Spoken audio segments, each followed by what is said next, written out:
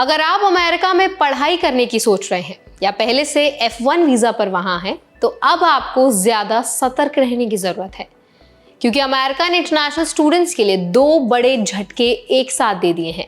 पहला, उनके visa stake rules में सख्ती कर दी है, और दूसरा, OPT अर्निंग्स पर टैक्स लगाने की तैयारी।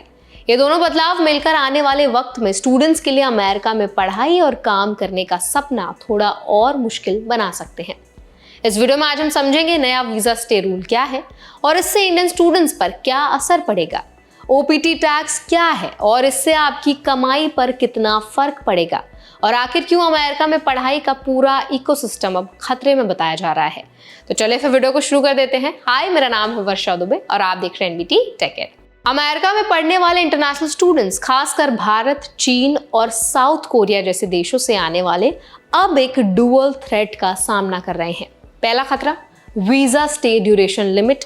दूसरा खतरा, OPT टैक्सेशन। पहले तक F1 वीजा वाले स्टूडेंट्स को ड्यूरेशन ऑफ स्टेटस के आधार पर अमेरिका में रहने की छूट होती थी, यानी जब तक आप अपने कॉलेज या यूनिवर्सिटी में एनरोल्ड हैं और आपकी पढ़ाई चल रही है, तब तक आप अमेरिका में रह सकते हैं।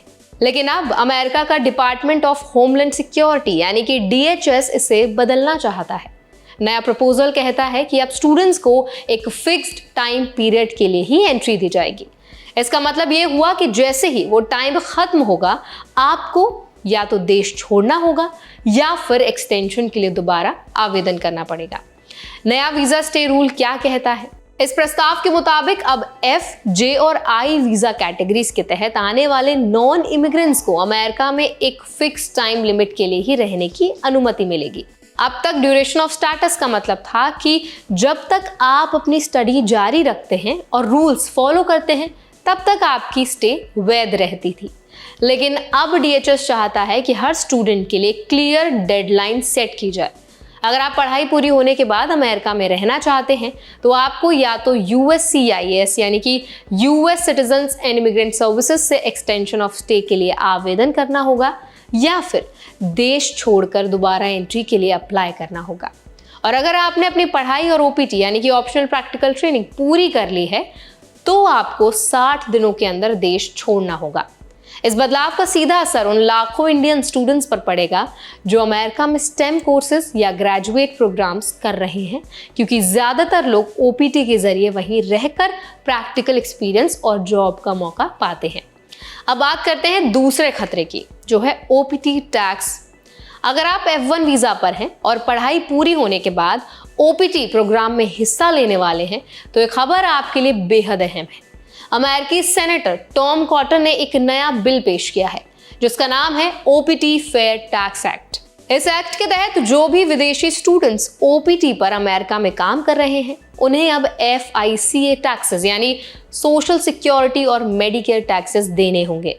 अभी तक OPT वर्कर्स को इन टैक्सेस से छूट मिलती थी, यानी ना स्टूडेंट्स को ना ही उनके एम्प्लॉयर को FICA टैक्सेस देने पड़ते थे। लेकिन अगर ये बिल पास हो गया, तो अब OPT पर काम करने वाले सभी विदेशी स्टूडेंट्स और उनके जो एम्प्लॉयर्स हैं, उनको ये टैक्स देना होगा, ठीक वैसे ही जैसे अमेरिकन सिटीजन्स देते हैं। FICA टैक्सेस आखिर हैं क्या, उस पर भी बात कर लेते हैं। FICA का मतलब है फेडरल इंश्योरेंस कॉन्ट्रीब्यूशंस एक्ट, जिसके तहत सोशल सिक्योरिटी और मेडिकेयर प्रोग्राम्स के लिए टैक्स वसूला जाता है। सोशल सिक्योरिटी टैक्स दर अभी 6.2% है एम्प्लॉयर और एम्प्लॉई दोनों के लिए, यानी कुल मिलाकर 12.4%। मेडिकेयर टैक्स दर 1.45% है, यानी दोनों मिलाकर 2.9%। इस तरह कुल टैक्स लगभग 15% के आसपास बैठता है।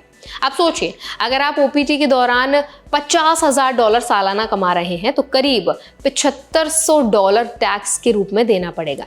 यानी जो इंटर्नशिप या वर्क जॉब आपको अपनी लाइफ की शुरुआत के लिए करनी थी, वो अब टैक्स के बोझ में दब जाएगी। अब बात करते हैं कि इंडियन स्टूडेंट्स पर क्या असर पड़ेगा। तो हर साल करीब 2 लाख से ज्यादा इंडियन स्टूडेंट्स अमेरिका में पढ़ाई के लिए जाते हैं। उनमें से ज्यादातर का मकसद पढ़ाई के साथ साथ वहां करियर बनाने का भी होता है। लेकिन अब ये 2 नियम, एक तरह वीजा की फिक्स टाइम लिमिट और दूसरी तरफ OPT टैक्सेशन, दोनों मिलकर अमेरिका को एक महंगा और अनसर्टेन जगह बना रहे हैं। देखिए, अब सबसे बड़ा सवाल ये उठता है, क्या इस सब के बाद अमेरिका जाना सही रहेगा? तो देखिए, अगर आप अमेरिका में पढ़ाई की तैयारी कर रहे हैं तो इन चीज़ों का ध्यान ज़रूर रखें। अपने यूनिवर्सिटी कोर्स ड्यूरेशन और वीज़ा एक्सपायरी डेट को अच्छे से समझें। अगर OPT पर काम करने का प्लान है तो पॉसिबल जो टैक्सेस हैं उनके लिए आप खुद को प्रिपेयर रखें। आपका जो फाइनेंशियल स्टेटस है वो प्लानिंग आप उस तरह से करें। अमेरिका के अलावा कनाडा, UK, ऑस्ट्रेलिया और जर्मनी जैसे देशों में भी अच्छे और सस्ते ऑप्शंस देखें। और सबसे ज़रूरी, अगर आप पहले से अमेरिका में हैं तो एक्सटेंशन ऑफ स्टे की प्रक्रिया को समय पर शुरू कर दें। तो आई होप ये वीडियो आपको पसंद आया होगा, अच्छा लगा होगा। इस वीडियो के जरिए आपको दोनों जो सबसे बड़े बदलाव होने जा रहे हैं अमेरिका में, जो स्टूडेंट्स रह रहे हैं उन पर इम्पैक्ट पड़ेगा, वो क्या है वो अच्छे से समझ आया होगा। अगर आपको वीडियो अच्छा लगा हो तो वीडियो को जरूर लाइक करें, शेयर करें। ऐसे और भी अपडेट्स के लिए, वीडियोस के लिए हमारे चैनल NBT Tech Ed को भी जरूर सब्सक्राइब करें।